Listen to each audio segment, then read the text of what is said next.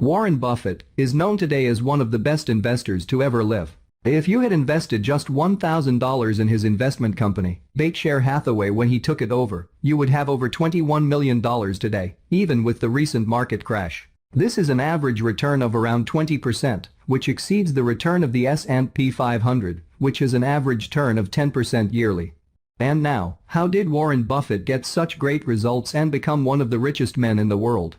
These results came from investing in companies and following a set of key principles that we'll cover in this video. So here are the 6 investing principles of Warren Buffett. Number 1. Invest in yourself. The best moat you can have is your own talent. I mean, they can't take it away from you. Inflation can't take it from you. Taxes can't take it from you. So when I talk to students, I see these students and I tell them, you're $1 million asset. I would pay you $100,000 to the MBAs for 10% of the earnings for the rest of your life. So that makes you $1 million asset. Now, if you can do something to increase that value 50%, if you can learn to communicate better verbally or in written form, and you become 50% more, that's $500,000 just by improving yourself. I mean, nobody can take that away from you. And so I urge everybody, when I talk to them in high school about this and colleges, just develop the habits. You've got the brain power, you've got the energy, but develop the habits of success and look around you at the people that you admire, and list what makes you admire them compared to somebody else that looks equally strong or equally talented. And those are things that you can do. I mean, just write them down. And people like people that they like them if they're humorous, if they're friendly, if they give credit to the other fellow. I mean, and they don't like them if they're stingy, or they overstate and overpromise and all those sort of things. Well, that's a decision you make. So I encourage everybody to build your own moat around yourself. Number 2. Cash is never a good investment. This is something that goes with your philosophy today. Get out of cash and get into assets, because we don't know what's going to happen to the dollar. Well, cash is always a bad investment. I mean, when people said cash is king a year ago, I mean, that's crazy. I mean, cash wasn't producing anything, and it was sure to go down in value over time. And then you always want to be sure you have enough. I mean, it's like oxygen. You want to be sure it's around, but you don't need to have excessive amounts of it around. And cash, we will always have enough cash around. But anytime we have surplus cash around, I'm unhappy. I mean, I would much rather have good businesses than cash. And we found a chance in the last year, thereabouts, to deploy. We came in with something over $40 billion in cash, right, and we've got about $20 billion now, and we've had some earnings. So we put a lot of cash to work, and I like that. No, I'd much rather own a good business than have cash. And it is a hedge against the dollar? Well, you can say all assets are a hedge against the dollar. I mean, all you know is that the dollar is going to be worth less 10, 20, 30 years from now. I say worth less, not worthless. Right. You want to watch that. But it will be, and that's true of almost every currency that I can think of. The question is how much it depreciates in value. But cash is not a place to, at that. Number 3. Invest in productive assets. So you could have a cube, if you owned all the gold in the world, you could have a cube that would be 67 or 68 feet on a side, and you could get a ladder and you could climb up on top of it, and you could say, I'm sitting on top of the world, and think you're king of the world. You could, you could fondle it, you could polish it, you could do all these things with it, stare at it, but it isn't going to do anything. It's all you are doing when you buy that is that you're hoping that somebody else a year from now or 5 years from now will pay you more to own something that, again, can't do anything, but you're hoping that the person then thinks that somebody else will buy something 5 years later from him. In other words, you're betting on not just how scared people are now of paper money, you're betting on how much they think a year from now people will be scared 2 years from that on. The third category of asset is something that you value based on its what it will produce, what it will deliver. You buy a farm because you expect a certain amount of corn or soybeans or cotton or whatever it may be to come your way every year. And you decide how much you pay based on how much you think the asset itself will deliver over time.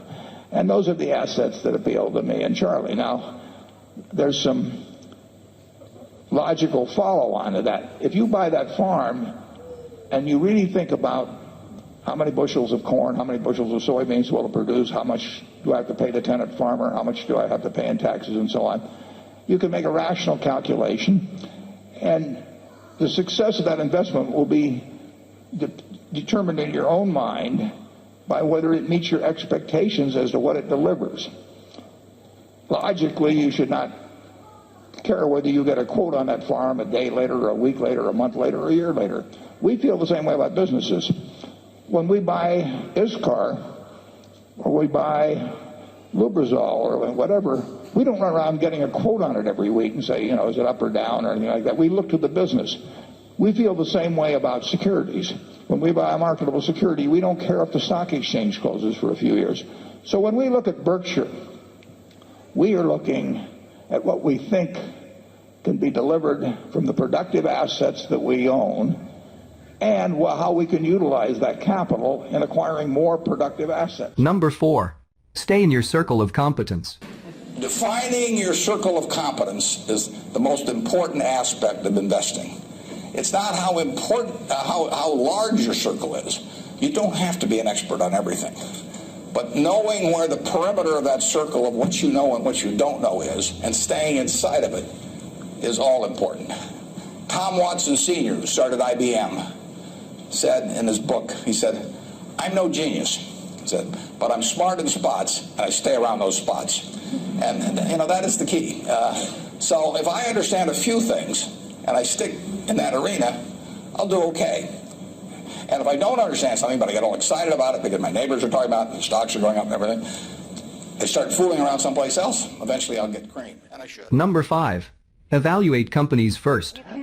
Keep always trying. For the average person who's maybe never bought a stock before, what's your advice about that? You can't constantly sit there and wait and say, it's going to go higher, it's going to go higher. We don't even think about that. What we think about is how much is it selling for, how much do we think it's worth. When we bought it at $35 billion effectively, I felt the company was probably worth at least $100 billion. How did it come to your attention? How do you find a stock like PetroChina? I sit there in my office and I read an annual report, which fortunately was in English, and it described a very good company, and told about the oil reserves, told about the refining, told about the chemicals, everything else. And I sat there and read it, and I thought to myself, this company's worth about $100 billion. Now, I didn't look at the price first. I look at the business first and try and figure out what it's worth, because if I look at the price first, I'll get influenced by that. So I look at the company first. I try to value it, and then I look at the price, and if the price is way less than what I've just valued it at, I'm going to buy it. Number 6.